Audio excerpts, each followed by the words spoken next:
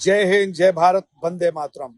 यदि रावण का जन्म राजा दशरथ के घर में हुआ होता तब भी रावण रावण ही रहता, क्योंकि उसके कृत्य और कुकर्म जो थे उसी ने उसे रावण बनाया, जिसके कारण वो विधर्मी कहलाया। आज हम बात कर रहे हैं योगी आदित्यनाथ की। योगी आदित्यनाथ एक ऐसा व्यक्ति है जो अपराधी था। उसकी हरकतें देखकर लगता है कि वो अपराध की दुनिया से बाहर नहीं निकल पाए। मानसिक रूप से वो आज भी अपराधी की तरह ही अपने कृत्य करते हैं। न वो एक अच्छे महंत बन पाए, न एक अच्छे संत बन पाए, न एक सामाजिक व्यक्ति बन पाए। उनकी जो सोच है, पता नहीं कैसी अजीब सोच है कि नाथ संप्रदाय के महंत होते हुए भी सनातन को अनाथ करने का उन्होंने बीड़ा उठा लिया है।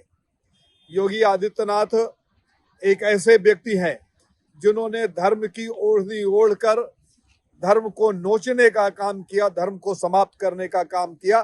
ठीक उसी तरीके से जिस तरीके से रावण ने साधु भेष बनाकर सीता जी का हरण किया और अपनी भक्ति का प्रदर्शन करके शिव को प्रसन्न करने का काम किया, लेकिन उसकी राक्षसीय प्रवृत्ति, उसकी आपराधिक मानसिकता ने रावण को चिन्हित किया और रावण रावण ही रहा, राक्षस कहलाया और उसका वध हुआ। आज वही स्थिति उत्तर प्रदेश के मुख्यमंत्री योगी आदित्यनाथ की है।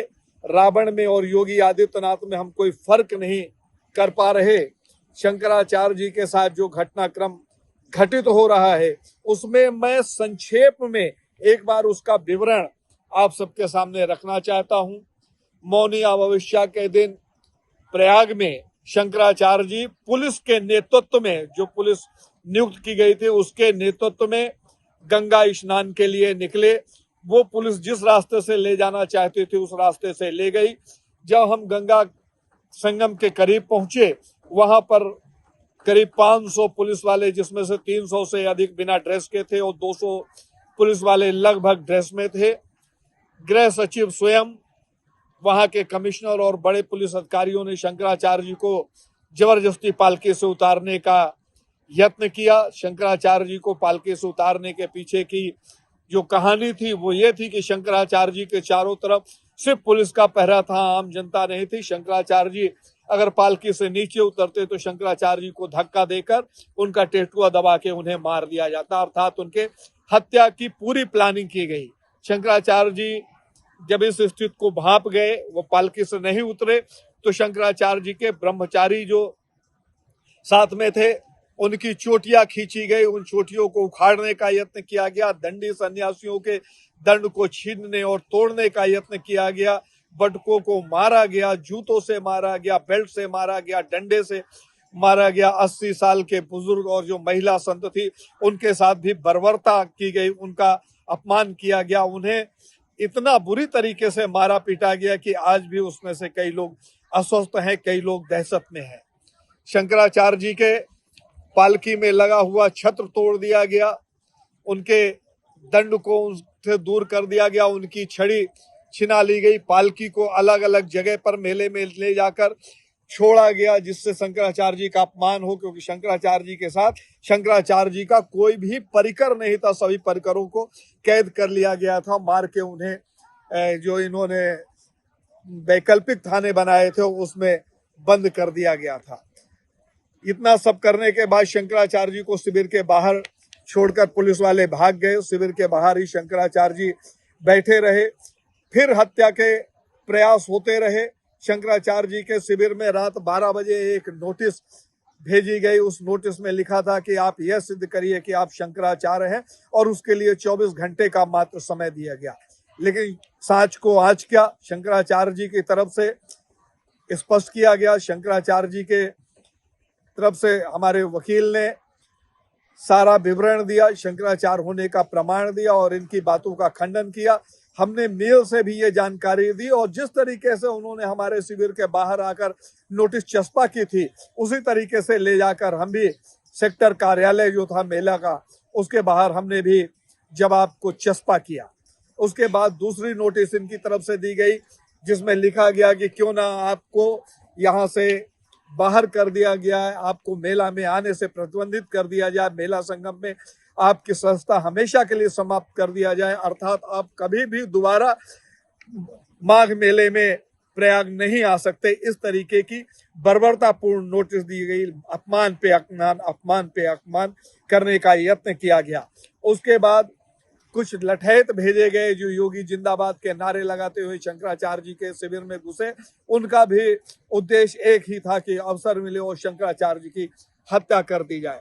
इस तरीके से जो कृत्य हुआ, उसके बाद भी योगी को अक्ल नहीं आई। योगी ने संत भेष में जो गुंडे पाल रखे थे उन्हें मैदान में उतारा। योगी ने शंकराचार्य जी के विरुद्ध ऐसे लोगों को उतारा जिनकी आपराधिक प्रकरण है, जिनका पूरा खानदान, पूरा कुनवा अपराधी है। एक से एक गंभीर आरोप उनके ऊपर लगे हुए हैं, जैसा कभी योगी आदित्यनाथ के ऊपर लगे हुआ करते थे। मुख्यमंत्री बनने के पहले जिस तरीके से इनके आपराधिक प्रकरण थे, उसी तरीके से अपराधी लोगों को शंकराचार्य जी के खिलाफ उतारा और उनसे पास्को एक्ट जैसे मुकदमे दायर कराने का काम किया। शंकराचार्य जी चूंकि साफ सुथरी छवि के हैं, स्पष्ट बोलते हैं, उनका जीवन निर्मल है, इसलिए शंकराचार्य जी निर्भीकता से अपना अभियान जारी रखे, क्योंकि उनका उद्देश्य है धर्म की रक्षा, सनातन की रक्षा करना।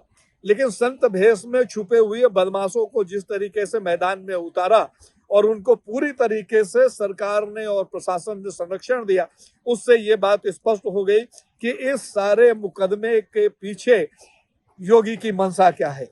योगी ने फिर विधानसभा के अंदर जहरीला भाषण दिया, जिसमें पूरे भारत की जनता को उसने गुमराह करने का यत्न किया। सिर्फ झूठ पे झूठ बोले, शंकराचार्य लिखने का अधिकार सबको नहीं है, ऐसा भाषण दिया। लेकिन इस योगी आदित्यनाथ के दिमाग में ये बात नहीं आई, ये भूल गया कि ये वसुदेवानंद की जिसकी चरण बंदुका करता है, जिसकी पादुका को धोकर पीता है, उसको शंकराचार्य होने का प्रमाण पत्र किसने दिया? अधोक्षरानंद जो अपने आप को पुरी का शंकराचार्य बताता है, उसे शंकराचार्य होने का प्रमाण पत्र किसने दिया? योगी आदित्यनाथ के बयान के बाद विधानसभा में जो उन्होंने विष भरा बयान दिया, उसके बाद किन्नर अखाड़े ने, जो अपने आप को आचार्य महामंडलेश्वर कहते हैं, लक्ष्मी नारायण त्रिपाठी ने, उन्होंने हिमांगी सखी नाम की एक किन्नर को शंकराचार्य घोषित किया। सिर्फ 2 दिन बाद जब योगी का बयान आया, इस पे योगी के मुंह से एक शब्द नहीं निकला। मतलब पुनः पुनः शंकराचार्य जी को टारगेट करके अपमान, फर्जी शंकराचार्यों को संरक्षण करना और शंकराचार्य जी की परंपरा से जो शंकराचार्य हैं उन्हें बार बार चैलेंज करना, ये योगी ने पूरी तन्मयता के साथ किया, जिसको पूरे राष्ट्र ने देखा। इसके पीछे योगी की आपराधिक मानसिकता और कुंठित विचारधारा है, जो कभी स्वयं को एक अच्छा संत नहीं निरूपित कर पाया, अच्छा सामाजिक व्यक्ति निरूपित नहीं कर पाया, अच्छा शासक निरूपित नहीं कर पाया। वो व्यक्ति शंकराचार्य जी का अपमान सिर्फ इसलिए करना चाहता है कि शंकराचार्य जी स्पष्ट बोलते हैं। शंकराचार्य जी की हत्या का मूल कारण जो हमारी समझ में आया, जो इन लोगों ने रचना रची, उसके पीछे का मुख्य कारण था कि शंकराचार्य जी कहते हैं कि गौ हत्या बंद होनी चाहिए, जबकि भाजपा शासित अनेकों राज्यों में गौ माता की हत्या धड़ल्ले से हो रही है और गौमांस का व्यापार हो रहा है। उसके एक नहीं अनेकों प्रमाण सामने आए हैं।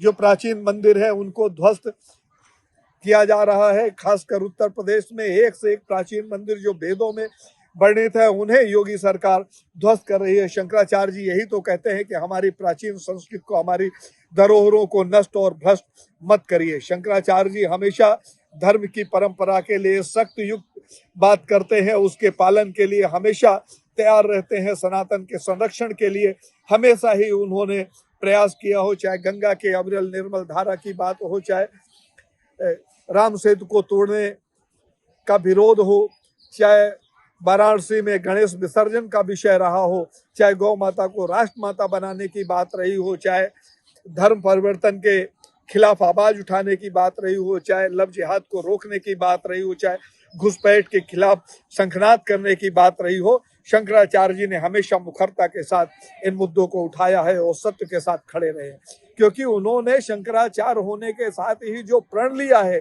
वो सनातन के संरक्षण का लिया है, उसके पोषण का लिया है, सनातनियों के उद्धार का लिया है। इसलिए वो अपने सत्य से नहीं डिगे। और शायद यही बात योगी आदित्यनाथ को अखर रही है कि जहां अपराधियों को उन्होंने शंकराचार्य के रूप में, जगत गुरु के रूप में, महामंडलेश्वरों के रूप में पोषित किया है, जो आज सत्ता की चरण वंदना करते हैं, लेकिन शंकराचार्य जी सत्य बोलते हैं जिसमें इनका विरोध भी होता है और विरोध का सामना सत्ता को भी करना पड़ता है। यही उनसे नाराजगी का कारण है। 40 दिन का अल्टीमेटम शंकराचार्य जी ने योगी आदित्यनाथ को दिया। इन लोगों ने बड़ी बेशर्मी के साथ अल्टीमेटम दिया था, नोटिस दिया था कि 24 घंटे के अंदर सिद्ध करिए कि आप शंकराचार्य हैं, और हमने जो है 20 घंटे के अंदर ही सारे प्रमाण दे दिए, जबकि इनकी मुंह में दही जम गया। शंकराचार्य जी ने 40 दिन का समय दिया कि योगी आदित्यनाथ आप अपने आप को सिद्ध करिए कि आप अपने कृत्यों के कारण आशंका के घेरे में है कि आप हिंदू हैं ही नहीं। तो 40 दिन के समय का अल्टीमेटम दिया गया। 40 दिन का समय पूरा होते होते जिस तरीके से उदंडता इनकी सामने आ रही है वो सारा राष्ट्र देख रहा है। ये विष भवन कर रहे हैं, एक भी उदाहरण ये नहीं दे पाए कि ये सनातनी है।